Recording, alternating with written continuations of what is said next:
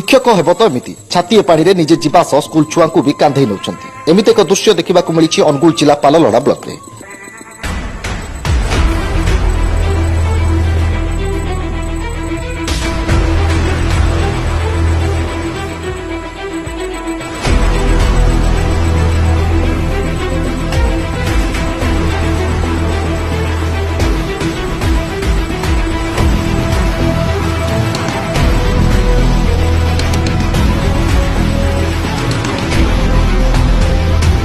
अनुगुल जिला ललहड ब्लॉक बरहाकुदर गांव को दीर्घ वर्ष हेब नुडेई नाल उपर पोलटीए हो पारिनी फल वर्षा दिने बरहाकुदर गांव पाखापाखि 200 परिवार बाह्य जगत विच्छिन्न हो जाए।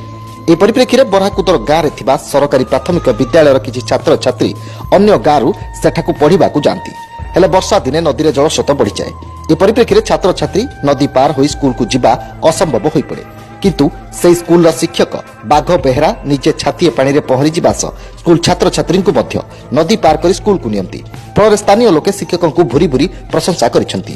निज जीवन को बाजी पकई विपद संकुल अवस्था नदी पार हेबा और स्कूल छात्र छात्री को नेबा निज कर्तव्य केबे ओहरी नांती। अनुगुल जिला ललहड ब्लॉक रु खगेश्वर महंत करी स्कूल को आसला बाटे नदी पड़ुजी नदी रे बेके मुंडे पानी रे आसवा पड़े और पिला मानकु मध्य मु सेमानकु भी आनिया पई चेष्टा करे मु पिला मानकु भी धरी आसे मझरे मझरे गार्डियन माने मध्य सेमाने तांकर पिला मानकु आनती आउ आमर मोर जते पानी हेले मध्य मुई ड्यूटी रे मोर केबे खिलाफ करी नाही सबुदिन आसा पई मु चेष्टा करी आउ पिला माने मध्य आर पटु 15 जन पिला आसुचंती पाखापाखि तेणु सेमाने आसला बेले मध्य बहुत असुविधार सम्मुखीन होती एवं आम